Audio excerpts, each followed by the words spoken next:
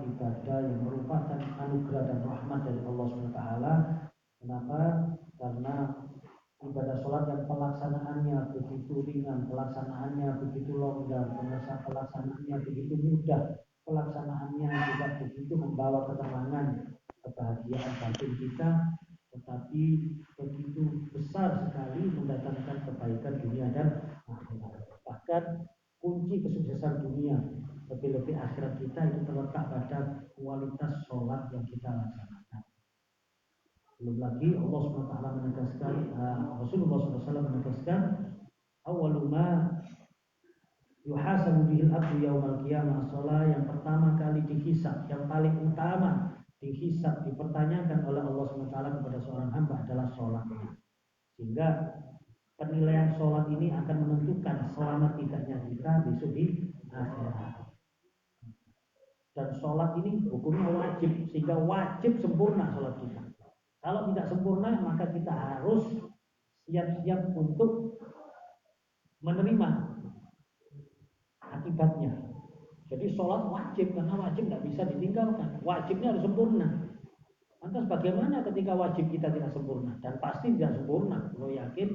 Saya yakin semua yang hadir di sini, ya, termasuk saya, pelaksanaan sholat wajib kita tidak sempurna, baik dari mungkin kualitas syariatnya, apalagi kalau kualitas khusyuknya istabato, syariatnya, khusyuknya, apalagi dalam segi waktu pelaksanaannya mungkin kita sering melaksanakan atau kita sering gampang waktu sholat, walaupun memang diperbolehkan kita memilih di waktu awal, tapi artinya kita harus yakin bahwa sholat kita tidak sempurna, itu pasti. Lah, tapi Allah Subhanahu wa taala Maha Rahman Rahim. Allah masih memberikan kita kesempatan untuk supaya sholat kita yang wajib tadi, yang harus sempurna tadi, itu akan dinilai baik dan dinilai sempurna oleh Allah Subhanahu wa taala. Dengan cara apa? Salah satu rahmat Allah yaitu dengan kita diberikan banyak alternatif sholat-sholat sunnah. Sehingga dengan kita melaksanakan sholat sunnah ini sudah menunjukkan bahwa kita ingin menyempurnakan sholat wajib kita yang tidak sempurna. Hanya ketika kita sholat sunnah, kita tidak perlu bertanya-tanya, kita tidak perlu banyak pikiran, apa fadilahnya, apa kelebihan dari sholat ini. Ketika kita mampu, ketika kita punya kesempatan, waktu, dan mampu melaksanakan sholat sunnah, apapun bentuk sholat sunnahnya, jangan disia-siakan. Tidak usah nunggu istilahnya, sholat duha, cek suge, sehingga sing suge wis gak usah sholat duha, bukan itu. Sholat hajat ketika punya hajat, sehingga kalau hajatnya sudah terpenuhi gak perlu sholat hajat. Sholat tobat, dosane rumongsone akeh, dadi nek rumangsa gak duwe dosa gak usah sholat tobat. Sholat istikharah, rumangsa rek punya sesuatu yang harus dipilih, sehingga sholat istikharah. Nek gak ngono-ngono gak katik sholat istikharah, jangan. Ya. Sebenarnya kita butuh semua sholat itu. Sholat tasbih dalam kondisi apapun kita butuh. Sholat tobat, siapa yang bisa memastikan bahwa kita tidak punya dosa? Sehingga kapanpun kita sholat tobat boleh. Sholat istikharah, siapa yang bisa memilih sesuatu kecuali sesuatu yang lebih baik bagi kita kecuali Allah. Sehingga kita sholat istikharah kapanpun boleh. Bahkan banyak ulama-ulama kita, saya sering dengar guru-guru ya di kalangan para ulama, para habaib, yang sholat istikharah ini menjadi salah satu sholat rutin, sholat istiqomah. Bahkan setiap pagi beliau istikharah. Kenapa? Saya ingin dipilihkan hari ini yang terbaik oleh Allah Subhanahu wa taala. Apa? Ya masalah apapun, masalah dunia dan akhirat kita. Sehingga beliau setiap hari sholat istikharah. Relawan kan enggak. Kayak ono masalah, sing dia kayak sholat istikharah. Kate golek jodoh, si A apa si B yo kayak istikharah. Kate nglakoni apa, ada dua pilihan kayak istikharah. Nah, kalau ulama-ulama enggak. Pokoknya sholat sunnah semuanya itu kalau kita benar-benar meneliti, semuanya itu kita butuhkan. Dan ketika kita sempat, ketika kita mampu untuk melaksanakan sholat sunnah, ya kita lakukan. Ya, kecuali kalau sholat yang ada sebab terus sebabnya enggak ada, ya jangan. Misalnya kan ini sholat jenazah lu. Nah, iki lah gak. Kadek sholatnya di ngarepe wong sing turu lho, iki tambah berat. Sing turu moro tangi lu, pas kamu mati ta. Ini kan ada sebab ya. Seperti sholat gerhana matahari, gerhana bulan. Kan gerhana kok mau sholat. Ya ini juga tidak matching istilah sholatnya ya. Ya itu kan ada sholat-sholat yang ada sebab. Sholat tahiyatul masjid ketika kita sudah masuk masjid. Masih di alun-alun aja sholat tahiyatul masjid ya. Walaupun tujuannya aku katanya gini jame, tapi kecantol di alun-alun ambil tahu petis mau sholat tahiyatul masjid yo gak pas engko wis mari melbu. Jadi itu kan ya adalah sholat-sholat yang ada sebab yang mendahului, itu harus kita melalui sebabnya. Tapi walhasil secara umum ketika kita mampu atau diberi kesempatan melaksanakan sholat sunnah, ya jangan disia-siakan karena ini termasuk bagian rahmat Allah. Jadi besok ketika Allah itu menghisap sholat wajib kita, ya apa sholat wajib? Anu Gusti sholat wajib mboten sempurna. Oh neraka. Misalnya ngoten misalnya ya. Neraka ini, tapi anu piyambake nggih salat sunah. Oh, sik. Berarti nek sik segelem salat sunah berarti dhek rumangsa rek salat wajib gak sempurna. Akhirnya bisa-bisa salat sunah salat wajib kita ini akan dinilai oleh Allah Subhanahu wa taala sebagai salat yang baik nilainya. Amin Allahumma amin. Dan ini diberikan banyak alternatif dicontohkan oleh Rasulullah sallallahu alaihi wasallam, di antaranya yang sudah kita pelajari kemarin. Salat apa itu? Ya salat yang sunnah rawatib itu ya qobliyah ba'diyah ya. Terus ada salat duha yang sudah kita baca hadisnya atau perintahnya an Abi Hurairah radhiyallahu an qala ausani khalili sallallahu alaihi wasallam telah berwasiat kepadaku kekasihku Rasulullah SAW, kata Sayyidina Abu Hurairah radhiyallahu an, bisyami salasati ayyam min kulli sahrin. Rasulullah pernah berwasiat kepada Sayyidina Abu Hurairah radhiyallahu an akan puasa 3 hari dalam satu bulan, yaitu ayyamul bait ya, hari-hari putih atau di pertengahan bulan Hijriah. Terus warokaatai duha dan 2 rakaat salat duha. Wa an utira qabla an arkud dan salat witir sebelum tidur. Jadi salat witir ini bisa dilakukan sebelum tidur jika kita mengkhawatirkan nanti tidak bangun malam. Tapi kalau kita punya kebiasaan bangun malam dan salat tahajud, maka witirnya itu yang paling afdol diletakkan setelah salat tahajud. Ini sudah kita bahas. Terus ada salat tahiyatul masjid. Wa an Abi Qatadah radhiyallahu an qala Rasulullah sallallahu alaihi wasallam, "Idza dakhala ahadukumul masjid fala yajlis hatta yusalliya rak'atain." Muttafaqun alaih. Jika salah seorang di antara kalian masuk masjid, maka jangan duduk sebelum salat 2 rakaat tahiyatul atau salat tahiyat itu salat penghormatan. Salat penghormatan terhadap masjid. Bahkan banyak di antara ulama-ulama kita itu saking senengnya sholat tahiyatul masjid. Kan sholat tahiyatul masjid kan sholat yang ada sebab di depan, sehingga dia bisa dilaksanakan di waktu-waktu haram sekalipun. Ba'dal asar kita nanggini jame, kita nang masjid guna sholat berjamaah maghrib, cuma kita ingin iktikaf dulu, masuk kan setelah asar, setelah sholat asar misalnya terus kita pergi ke masjid. Nah saat itu kita boleh sholat tahiyatul masjid ya. Bahkan ada yang sampai saking kepinginnya bisa sholat lagi, dia bisa keluar setelah keluar masuk lagi ke masjid, sholat tahiyatul masjid, terus berarti keluar statusnya kan dia sudah bukan orang itikaf sudah, terus dia masuk lagi, akhirnya dia mendapatkan sebab lagi untuk bisa sholat tahiyatul masjid. Bolak-balik sholat tahiyatul masjid itu juga ada ulama-ulama kita yang melakukan itu, dan memang secara syariat diperbolehkan karena memang ada sebab yang mendahului ini. Kemudian wa an Abi Hurairah radhiyallahu anna Rasulullah sallallahu alaihi wasallam qala man qama Ramadan imanan wa ihtisaban ghufira lahu ma taqaddama min dzambih. Muttafaqun alaih. Ini menyampaikan mengenai sholat Ramadan atau sholat tarawih. Barang siapa yang mendirikan sholat Ramadan atau sholat tarawih dengan berdasarkan iman dan untuk mendapatkan ridha Allah, maka Allah akan mengampuni ma taqaddama min dzambi. Ya Allah, ya. Kata-kata ma taqaddama min dzambi ini luar biasa. Dosa yang telah lalu. Allah akan mengampuni dosa-dosa yang telah lalu. Berarti sudah tidak ada batasnya ini. Ini unlimited ini. Ya. Dosa yang telah lalu. Hitungannya gimana yang telah lalu ini? Ya masing-masing orang tidak sama. Kalau ada orang yang umurnya 60 tahun, berarti 60 tahun itu ma taqaddama min dzambinya. Ma taqaddama kan apa yang telah lalu. Loh, apa yang telah lalu kan tidak sama. Sing umurnya 20 tahun ya apa yang telah lalunya ya 20 tahun yang lalu. 20 tahun ke belakang itu ma taqaddam. Ma taqaddam, ma taqaddam. Ini apa yang telah lalu. Jadi ini dosa banyak sekali yang diampuni oleh Allah ya. Seandainya ada orang yang umurnya 1000 tahun sekalipun, ya ma taqaddama min dzambinya ya 1000 tahun. Ini Ramadan.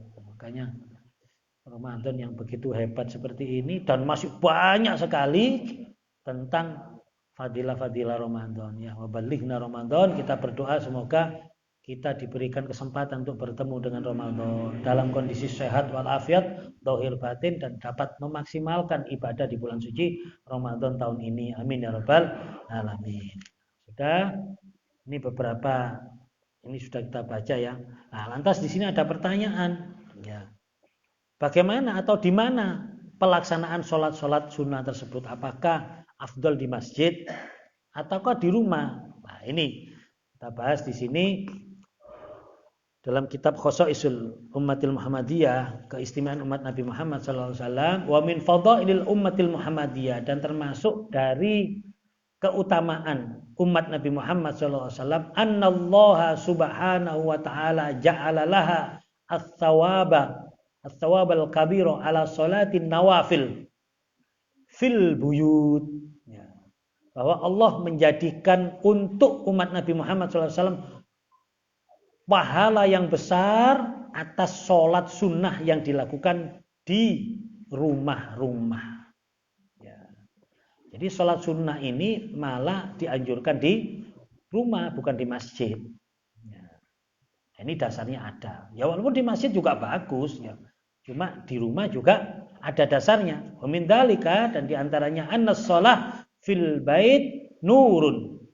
Annas sholata fil baiti nurun, bahwa sholat di dalam rumah adalah nurun, cahaya. Qala Rasulullah sallallahu alaihi wasallam, hadis diriwayatkan oleh Imam Ibnu Khuzaimah fi sahihihi, dalam sahihnya, amma sholatur rajuli fi baitihi fanurun.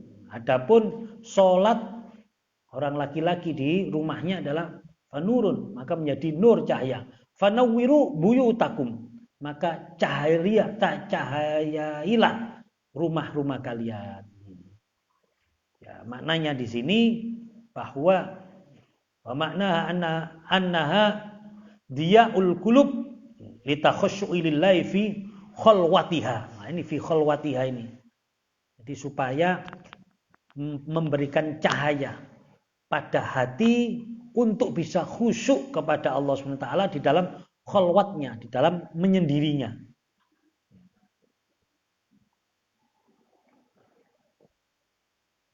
Dan ini masih banyak, wajalaun anil ghafla wa insyirahun bainal abdi wa rabbihi ya, wa yunajihi khaliyan minal madahir.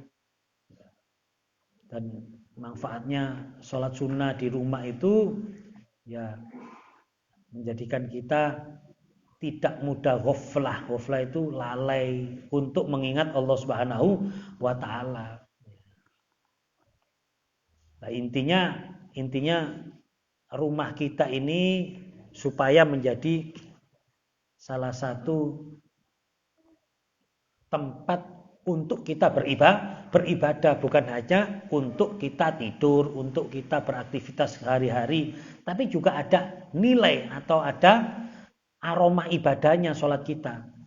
Makanya Rasulullah SAW dalam hadis riwayat Muslim, Imam Muslim, ya, wa ghairuhu wa rawahu Ibnu Khuzaimah fi sahihi min hadis min hadis Abi Sa'id ya. Qala sallallahu alaihi wasallam, "Idza qada ahadukumus shalah fi masjidih, falyaj'al li baitihi nasiban min sholati." Jika ada seorang di antara kalian yang melaksanakan sholat di masjid, maka berilah bagian rumahmu dengan sholatnya. Diberi bagian rumah dengan sholat. Ojo dintekno di masjid kabeh, beri bagian di rumah itu sholat. Fa innallaha ja'ilun fi baitihi min sholatihi khairan. Ya, karena sungguhnya Allah SWT akan menjadikan rumah yang dijadikan sholat itu menjadi rumah yang baik, rumah yang penuh dengan keberkahan. Nah, yang saya biasanya kalau mau sholat subuh misalnya, rumah dan subuh, sholat sunnah qobliyahnya di rumah. Nanti baru ke masjid. Di masjid ono waktu tahiyatul masjid, baru terus sholat wajib. Enggak apa-apa ketika kita misalnya sholat di masjid, ada sholat sunnah yang sekiranya sholat sunnah seperti ba'diyahnya atau qobliyah ba'diyahnya zuhur atau qobliyahnya asar kan 4 rakaat ya.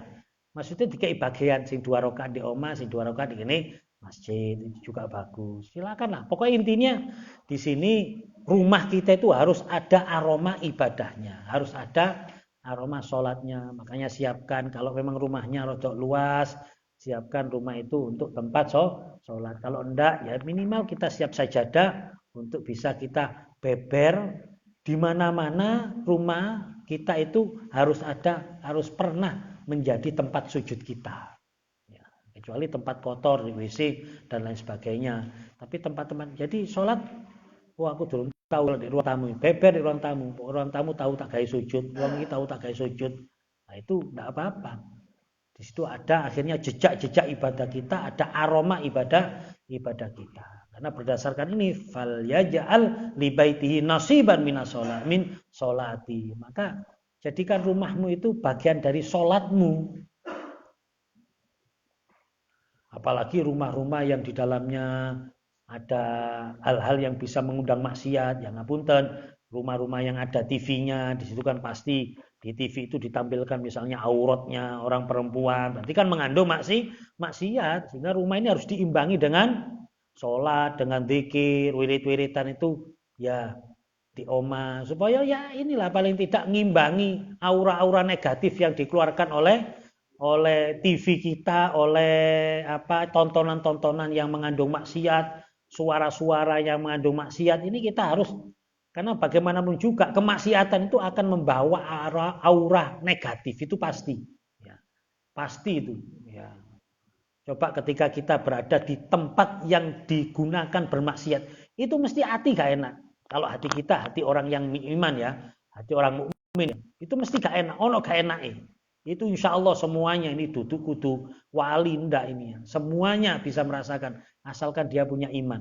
Ya, contoh lah ya, karena kan sekarang kan termasuk insya Allah ya, muga-muga tiga istiqomah sampai Gusti Allah kan dikai gampang nglakoni ibadah. Atine insya Allah didep nang ibadah.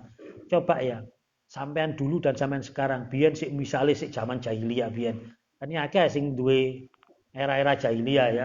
Loh iya kan terus terang kan ya, saya juga dulu gitu. Artinya biyen tahu cilikane nakal-nakali sih tahu dablek-dablek. Lah itu namanya zaman jahiliyah. Lah saat itu kita bisa senang, kita bisa merasakan nyaman di tempat-tempat maksiat. Tapi saiki ayo nyoba rono. Kan gak nyaman pisan. Gak nyaman sih aku, gak koyo biyen sih lah. Itu berarti sama Allah sudah dibuka hidayahnya, sudah keimanannya sudah diberikan oleh Allah SWT. Kumpul ambil wong sing ahli maksiat, biyen koyo santai, koyo enak, saiki wis gak nyaman. Itu tandanya. Karena di situ ada aura yang bertentangan dengan kondisi batin kita, insya Allah. Ya. Makanya kalau terus orang-orang semacam itu yang sudah diberikan hidayah oleh Allah, yang sudah diberi petunjuk oleh Allah, dibimbing oleh Allah, iso ibadah. Makanya ketika kumpul sama orang-orang ahli ibadah, melok tentrem ayem, melok seneng. Ketika masuk di tempat-tempat ibadah seperti masjid atau majelis taklim, majelis dzikir, rasanya atine tentrem tenang. Ya. Terbukti ketika di majelis taklim saking tenange, sik kaet 5 menit wis liar-liar. Loh, orang liar-liar kan kudu tenang kan ya. Nek gak tenang mosok iso, ayo. Ayo wong weden-weden ora getakno balak-balik gak iso turu, liar-liar ae gak iso mane turu ya. Jadi alhamdulillah ini berarti orang-orang yang sudah mendapatkan hidayah dari Allah Subhanahu wa taala. Mana aja dibuka kok hidayahnya ini hilang. Nah, ini apa? Tempat. Makanya rumah kita itu harus ada. Rumah kita harus bergema bacaan Al-Qur'an ya, walaupun melalui MP3 misalnya. Lumayan kan lo? Lumayan kan? Ya. Lumayan wong kita bisa bermaksiat dengan teknologi, kita juga harus berusaha kita bisa taat atau kita bisa mendapat kebaikan dengan teknologi. Enggak apa-apa. Ya. Jadi dikasih digemakan bacaan Al-Qur'an misalnya atau baca sholawat, bacaan-bacaan yang mengingatkan kita akan kebaikan, mengingatkan kita akan Allah, mengingatkan kita akan Rasulullah sehingga kita semangat untuk beribadah dan melaksanakan sunnah Rasulullah SAW. Ya. Ini bahkan digambarkan kalau ada rumah yang amal bait alladzi khala min dzikrillah famukfirun wa khawin wa kharibun. Ya, rumah ini menjadi seperti singup. Ya. Ya. Ya, mukfir itu ya singup lah wis, singup gak enak lho.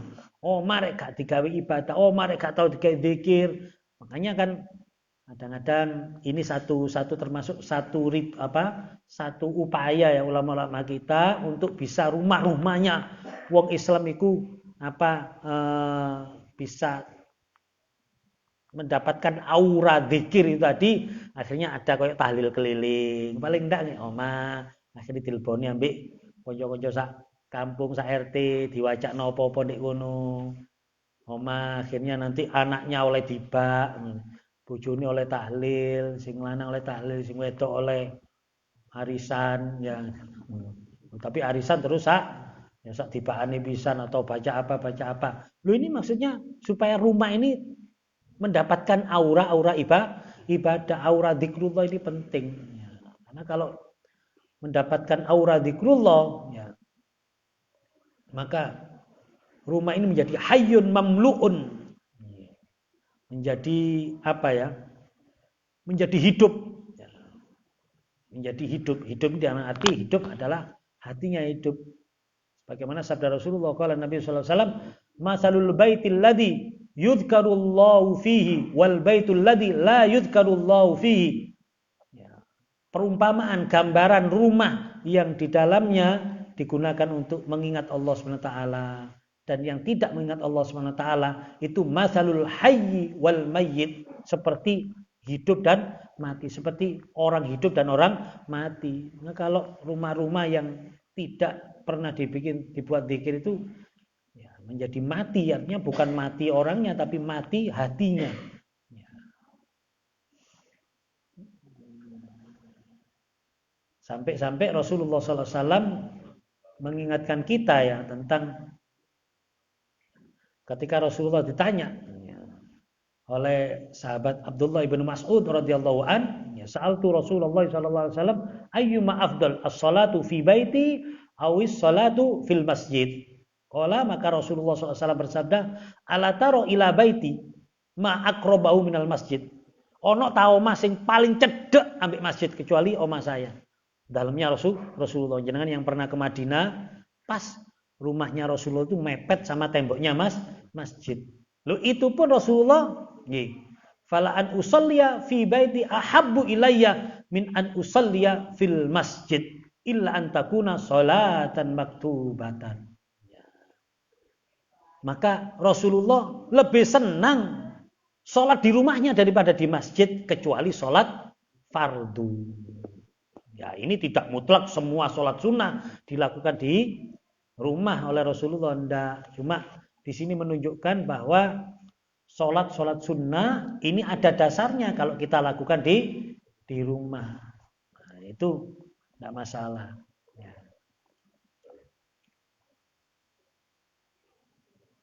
Waqad amara Rasulullah sallallahu alaihi wasallam bi ikramil buyut Dan Rasulullah SAW telah memerintahkan untuk memuliakan rumah-rumah. Faqala, dengan apa? Akrimu buyutakum biba'di sholatikum. Biba'di sholatikum. Muliakanlah rumah-rumahmu dengan sebagian sholat-sholatmu. Sebagian, berarti tidak semuanya. Fardu bagi laki-laki itu lebih baik di masjid. Tapi untuk sholat-sholat sunnah, itu beri bagian sholat sunnah di rumah.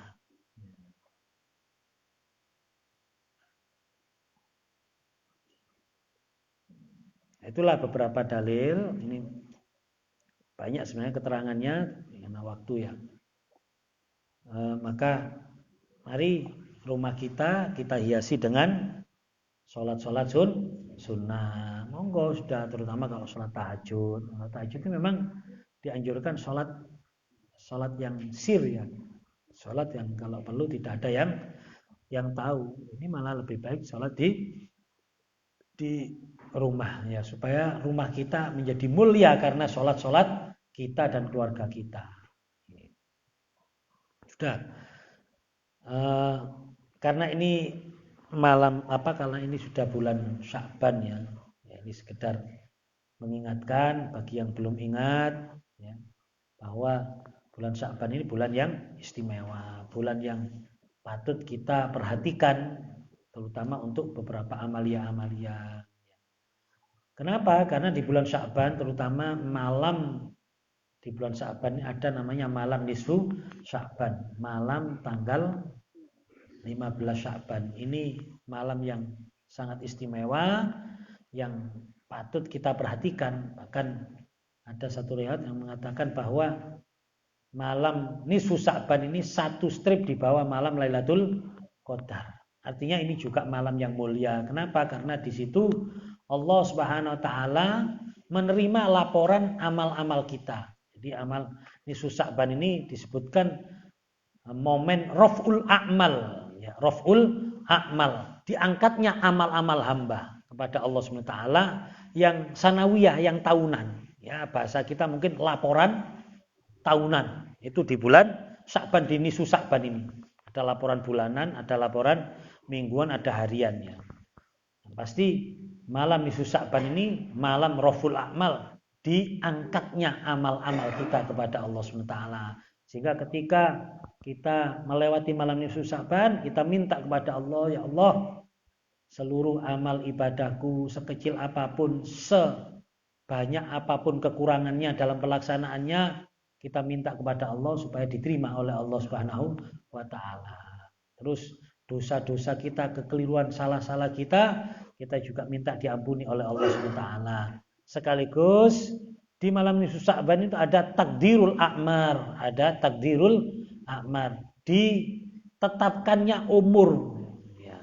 Jadi sopo-sopo sing mati tahun ini itu di nisfu Sya'ban ini. Ya. Kita minta sama Allah Subhanahu wa taala, ya Allah berilah panjang umur fi taatillah wa rasuli. Jadi jangan panjang umur saja. Jadi harus di samping panjang umur juga serta mulia. Serta mulia kan, panjang umurnya serta mulia. Cuma panjang umur tok ya. Jadi harus mulia, mulia akhlaknya, mulia kelakuannya, mulia ibadahnya, mulia yang lain-lainnya. Amin Allahumma amin. Karena apa? Karena orang yang panjang umur dengan dia melakukan kebaikan saja. Melakukan kebaikan itu, jadi sebenarnya baik itu ya, baik, definisi baik itu ketika orang ini tidak melakukan kejelekan, itu namanya baik. Ya. Itu sudah namanya baik. Ya. Terus ketika dia melakukan kebaikan bertambah baik. Jadi tidak ono uang meneng gak ngelakoni elek-elek, itu namanya dia sudah orang baik karena dia sudah mampu menahan untuk tidak melakukan kemaksiatan. Itu orang baik. Jangan dikira orang baik kudu kelakuannya api-api, itu baik plus. Itu sudah baik plus. Tapi wong gak ngelakoni elek ku lho wis jenenge apik. Misale ana wong ndek omah tok wis dhek gak ngelakoni apa-apa wis. Pokoke wis ibadah standar terus ndek omah tok. Iku termasuk orang baik, aja dipaidu. Ngopo wong kok ndek omah tok. Lha timbangane metu maksiat. Wong dhek iku iso menghindari maksiat ketika dia di rumah. Kita kan ndak tahu kondisi orang kan ndak sama. Ketika dia keluar dari rumah, malah justru dia banyak melakukan maksiat. Maka di rumahnya itu malah dia menjadi orang yang baik. Ya, ini baik. Kalau ditambah lagi dengan berbuat yang baik-baik, maka dia menjadi baik plus plus.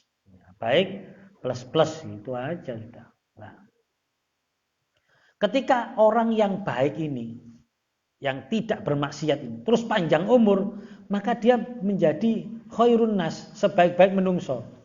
Khairun nas, jadi standar baik yang disampaikan oleh Rasulullah itu banyak. Khairun nas anfa'ahum linnas, itu juga orang yang terbaik.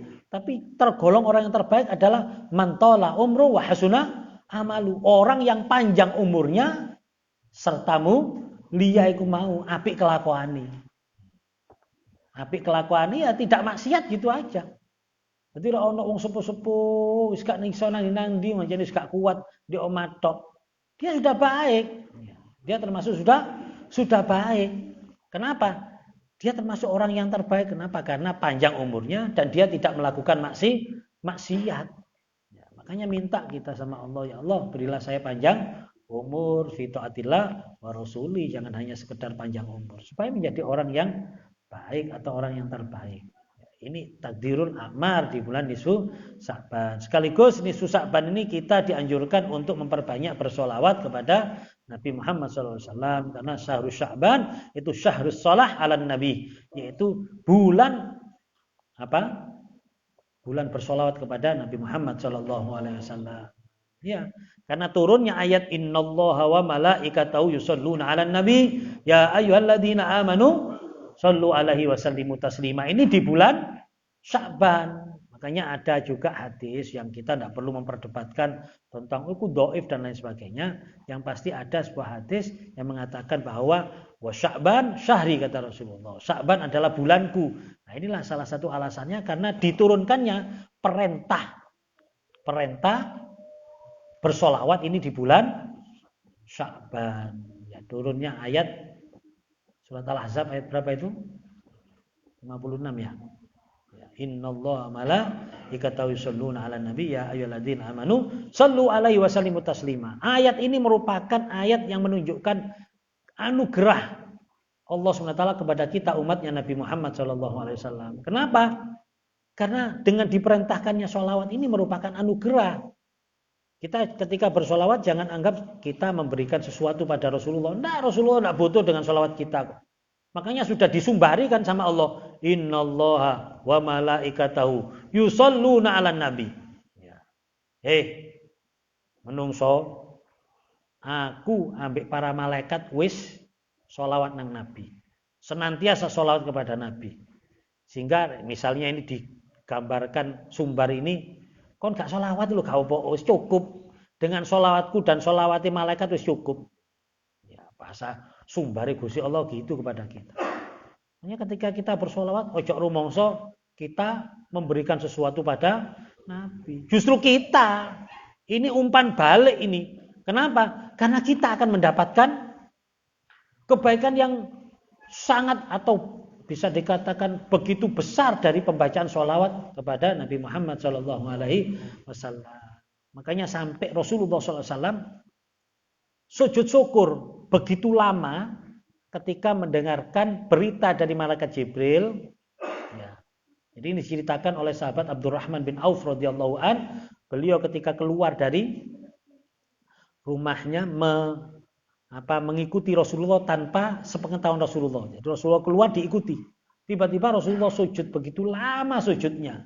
Ya, kalau jenengan yang sudah pernah ke Mekah, ke Medina, itu ada nama Masjid As-Sajdah. Yang sekarang namanya diganti Masjid Abu Dar Al-Ghifari.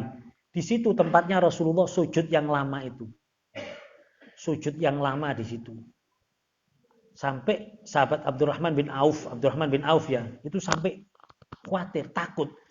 Cocok Rasulullah. Karena begitu lama sujud dan tiba-tiba itu. Akhirnya ketika sahabat Abdurrahman bin Auf radhiyallahu anhu mendekat, Rasulullah sudah bangkit dari sujudnya. Ada apa? Malaka ya Abdurrahman. Ada apa kamu Abdurrahman? Ya, Diceritakan sama sahabat Abdurrahman, nggih kula wau ngetutaken jenengan tanpa sepengetahuan jenengan, kok jenengan moro-moro sujud tiba-tiba begitu lama sih Rasulullah, wonten napa? Kula kuwatir sampean. Kula sampai kuwatos sampai kula wedi jenengan wonten napa-napa.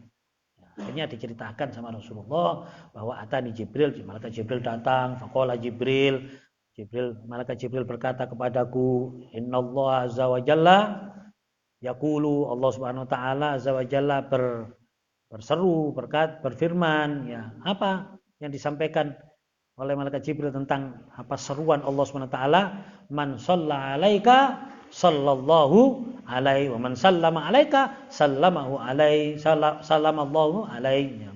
Barang siapa yang bersalam kepadamu maka Allah akan bersalam kepadanya. Barang siapa yang bersolawat kepadamu maka Allah akan bersolawat kepadanya. Saat itu langsung Rasulullah fasajadtu lillah syukron, saya sujud karena syukur kepada Allah. Kenapa? Karena ini nikmatnya umatnya. Bagaimana umatnya bisa dengan bersolawat itu loh dianggap seperti saut-sautan sama Allah, salam-salam. Loh, ini tidak sembarangan loh ini. Ini Allah loh ini. Kita saja loh, kita menungso nih. Ketika kita punya idola misalnya, zaman biyen, zaman kita punya idola apa, artis tau apa, ketika artis itu liwat misalnya atau temu fan terus kita menyapa, halo, terus disaut langsung sambil melihat kita, halo, ya apa senengi, iso apa, histeris, waduh, aku halo dijawab langsung dewe ambek artis idola gitu. Dan yo senengi, kok arek sing seneng ambek apa drakor ya anu. So, rek histeris sampe wah karena ndelok didadai ngono tok. Waduh padahal sing didadai wong akeh dudu tentu awake kan yo. Dane rek dhewe-dhewe wong loro ngono. Tambahi apa? Wong ki wong ribuan sing didadai meromongso didadai dhewe. Rumangsa direspon sama idolanya sampai koyo gendeng, sampai histeris. Iki padahal makhluk ambek makhluk hanya sekedar ngefan. Idola. Lah misalnya sing jawab langsung Gusti Allah iku lho ya apa? Bagaimana hebatnya itu? Ketika kita seperti kita tadi bersolawat ya Nabi salam alaika, Allah juga assalamu alaika. Sama Allah dijawab alaika. Ya apa kira-kira langsung Allah sing jawab apa gak tambah seneng kita. Saking kita kan tidak merasakan, tapi Nabi yang tahu, Rasul yang tahu tentang hakikat balasannya Allah. Akhirnya beliau sujud syukur begitu lama. Sampai sahabat Abdurrahman bin Auf takut. Dikira semaput atau apalah lebih dari itu. Ini loh ya bersolawat. Makanya Rasulullah SAW juga bersabda dalam sebuah hadis yang diriwayatkan oleh Imam Muslim. Dan hadis senada ini banyak diriwayatkan oleh imam-imam yang lain. Man shalla alayya sholatan wahidatan sallallahu alaihi asyra sholawatin.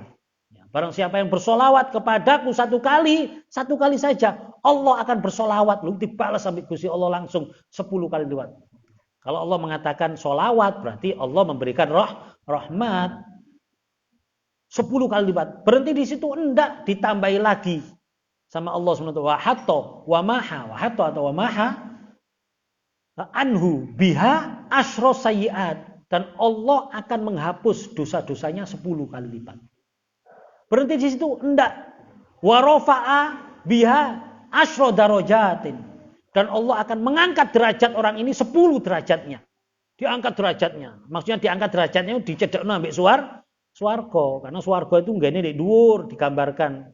Neraka nek nisor, mulane munggah swarga nyemplung neraka, nyemplung di nisor, munggah di gini dhuwur, berarti munggah swarga. Makanya untuk masuk surga itu ya memang butuh pengorbanan, kudu hati-hati urip iku gak sembrono, grusa-grusu. Wong jenenge wong munggah kudu gocelan, kudu ndelok sing diidek, iya kan? Wong jenenge munggah ya ana tenagane barang, energinya harus ada. Rek nyemplung gak usah ana ilmune nyemplung, delereng pasti nyemplung. Oh nyemplung ae kok ngono. Lah apa dielmoni nyemplung ya? Nah, ini artinya orang itu didekatkan dengan surganya Allah SWT. Itu diangkat derajatnya 10 kali lipat. Berhenti di situ, enggak, masih dikasih bonus wa kataba biha asyra hasanatin, dan Allah akan mencatatnya 10 pahala. Ini 1 kali sholawat. Nah, terus yang untung sapa rek koyo ngene, bukan kita umat Nabi Muhammad sallallahu alaihi wasallam. Sampai-sampai sholawat ini juga bisa menjadi media kita untuk mendapatkan hajat kita. Untuk mendapatkan harapan, keinginan, cita-cita kita. Sampai sahabat Ubay bin Ka'ab pernah bertanya kepada Rasulullah, ya Rasulullah, ketika saya berdoa, seberapa banyak sholawat di antara doa saya? Rasulullah menjawab, masyikta sakarepmu. Ar-rubu ya Rasulullah, masyikta. Separuh, seperapat. Berarti seperapat donga kula damel sholawat. Masyikta sakarepmu. Wa in zidta fa huwa khairul lak. Tapi kalau kon tambah ya luwih apik. Nek ngoten fanisfu ya Rasulullah, separuh Rasulullah. Separuh dari doaku apa? Saya pakai bersolawat. Masyikta sakarepmu, gak masalah. Tapi wa in zidta fa huwa khairul lak. Tapi nek kon tambah apik. Nek ngoten fasulusan ya Rasulullah, nek ngoten 2/3. Masyikta sakarepmu. Fa in zidta fa huwa khairul lak. Tapi nek kon tambah luwih apik. Fa kullu ya Rasulullah, kalau semua doa saya tak gunakan maca selawat tok wis gak katik maca donga liyane, mek selawat tok mulai awal sampai akhir selawat tok isine. Ya napa Rasulullah? Idzan kata Rasulullah, lek koyo ngono yakfikallah ma ahammaka min amri dunyaka wa akhiratik. Lek koyo ngono ya wis kon bakal dicukupi cita-citamu, keinginanmu ambek Gusti Allah, urusan dunya maupun urusan akhirat gak usah njaluk, dicukupi ambek Gusti Allah. Dengan sholawat tok. Ya, makanya ketika kita bersolawat, tidak usah khawatir. Allah tahu kok.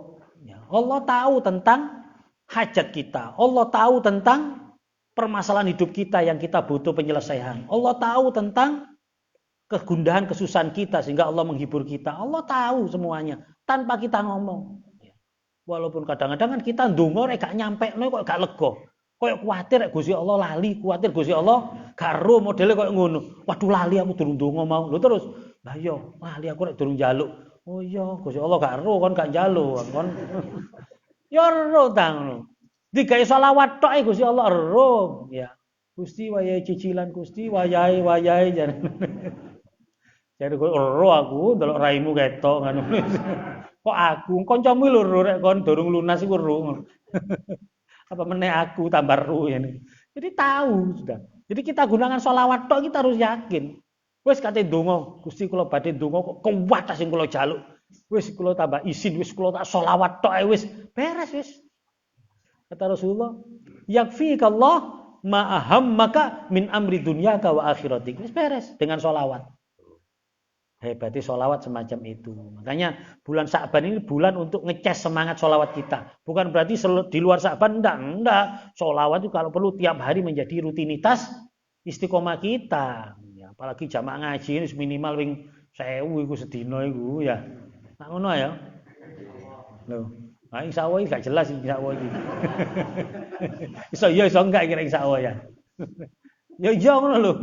Ya wis 1000 wis. Pokoke diusahno ping 1000 gak suwe kok. Bismillah wis sedina pokoke kudu selawat aku. Udah wis enggak usah kakek donga ya enggak apa-apa. Tapi donga ya enggak apa-apa gitu loh. Tapi artinya ini loh selawat. Hebatnya selawat ini di sini. Ya. Makanya pengajian kita wis suwe gak diawali dengan selawat itu rasanya koyo ya apa ngono ya sudah biasa diawali dengan selawat. Bismillah wis ya wis selawat ae wis. Nah, ini insyaallah kita akan diberikan kemudahan dalam segala urusan dunia dan akhirat kita. Amin ya rabbal alamin. Ya. Jadi sholawat kita ini kita yang untung. Ya, sholat kita yang untung. Jangan rumongso memberi sholawat. Karena Rasulullah sudah disolawati oleh Allah dan para malaikat. Dan para malaikat itu sholawat paling ikhlas makhluknya Allah yang paling malaikat. Kalau kita kan sholawat tendensius kan juga banyak. Maca sholat naria kepingin rezeki lancar. Loh saya kepingin. Maca sholat tibil kulub kepingin saya sehat, ketika kena corona tibil kulub diteter. Lu kan kita masih tendensius, tapi enggak apa-apa. Tendensi kita kepada sholawat tidak masalah. Kita menyandarkan pada sholawat tidak masalah. Inilah ya beberapa tentang sholawat dan kita tidak usah khawatir sholawat kita dijawab oleh Rasulullah SAW juga ya, karena Rasulullah pernah bersabda, ma min ahadin, ini hadis riwayat Imam Ahmad dan Imam Abu Dawud ya. Ma min muslimin tidak ada ma min ahadin tidak ada seorang pun yusallimu alayya kata Rasulullah yang bersolawat kepadaku, yang bersalam kepadaku, illa raddallahu ruhi ilayya. Illa raddallahu ilayya ruhi. Allah pasti akan mengembalikan ruhku kepadaku. Ruhnya Rasulullah dikembalikan. Hatta arudda alaihis salam, sampai aku menjawab salam sendiri orang tersebut. Jadi jangan dikira ketika ya Nabi salam alaika, Rasulullah menjawab salam kita. Dan kita tidak usah mikir loh, gak bingung tak Rasulullah kan akeh sing anu lho lah apa. Ya salam orang kepada kita bingung. Assalamualaikum, waalaikumsalam loh. Ya awak-awakan. Nek Rasulullah ndak, teknisnya gak bagaimana? Gak usah dipikir lah apa mikir teknisnya. Bisa, pasti bisa. Gak usah bingung. Wong Allah SWT untuk membangkitkan menungsoe gak butuh aneh-aneh. In kanat illa sayhatan wahidatan faidahum khamidun faidahum jami'ul ladaina muhdarun. Cuma satu teriakan saja, satu sempritan tok, tet mati, tet bangkit, tet kumpul. Mek tet tok wis cukup. Lah apa kan bingung? Iku makhluk jagat besok di akhirat itu seluruh makhluk itu dibangkitkan tuh hanya dengan sayhatan wahidatan, hanya satu tiupan beres. Kiamat itu hanya satu tiupan ajur. Satu tiupan bangkit, satu tiupan kumpul. Apa kok angel? Ya. Untuk parkir prit mundur. Iso kok. Prit maju. Apa iki kok gak iso tambah iso. Yo kison ya. Kison, makanya kita tidak perlu mikir teknisnya bagaimana, dijawab langsung oleh Rasulullah. Ya, makanya ketika kita mendengar nama beliau disebut, kita jangan ragu-ragu, kita harus kita belajar spontan, kita bersolawat kepadanya supaya kita tidak disebut orang yang bakhil. Al-bakhil, orang yang bakhil kata Rasulullah SAW adalah mandukirtu indah, yang namaku disebut di sampingnya, falam yusalli alayya, tapi dia tidak bersolawat kepadaku. Kalau disebut Rasulullah SAW, Nabi Muhammad, Allahumma shalli alaihi Muhammad, Allahumma shalli alaihi, itu terus, jangan bosan-bosan. Ya, walaupun nyebut sekian kali ya kita jawab sekian kali. Ya, karena supaya kita ini tidak termasuk golongan orang yang bakhil.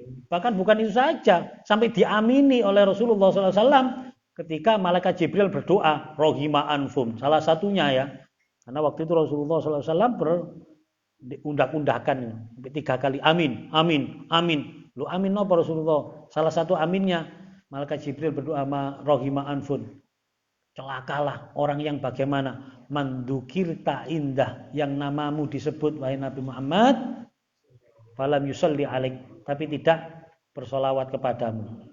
Itu didongakno. Celaka, rugi temenan. Rasulullah menjawab amin, diamini sama Rasulullah. Berarti pasti orang yang tidak bersolawat ketika nama Nabi Muhammad SAW disebut, ini di samping disebut bakhil juga orang yang merugi. Orang yang merugi. Itulah tentang solawat. Semoga ini bisa menjadi motivasi semangat bagi kita dan seluruh jamaah untuk senantiasa bersolawat kepada Rasulullah. Dalam kondisi apapun, solawat itu gampang kok. Sholat gampang, gak ada wudu, sholat tidak apa-apa. Sambil klesetan, sambil jalan tidak apa-apa. Ya sambil ngobrol tidak apa-apa, kita ngobrol. Ya apa ya kabari? Supaya gak ketok. Iya aku mari nang luar kota. Ngombe, iya. Kopi apa? Kopi aja. Kan bisa ambil diseling-selingi, iya kan? Pahit apa lagi? Biasa sih cengeng. Lu kan lagi apa pahit? Biasanya pahit ini dia. Sing lagi. Apa raimu wis pahit?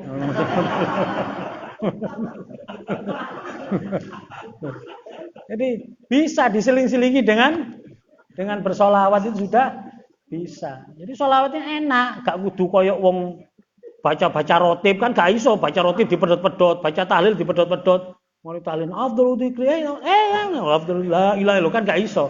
Tapi selawat bisa ngobrol ya iso, kayak santai ya iso, kayak klesetan ya iso, masih ambek delok sesuatu sing sementing gak delok maksiat ae ya iso. Itu selawat ya. Makanya guys, kalau kita ya berusaha lah paling ndak sedina iku minimal ping 100 minimal. Ping 100 iku minimal jariku. Ya, untuk bersolawat kepada Nabi Muhammad sallallahu alaihi wasallam. Ya, demikian semoga ada guna dan manfaatnya. Kurang lebihnya mohon maaf. Wallahu a'lam bishawab. Alafu minkum. Subhanakallahumma hamdika asyhadu an la ilaha illa anta astaghfiruka wa atubu ilaik. Assalamualaikum warahmatullahi wabarakatuh.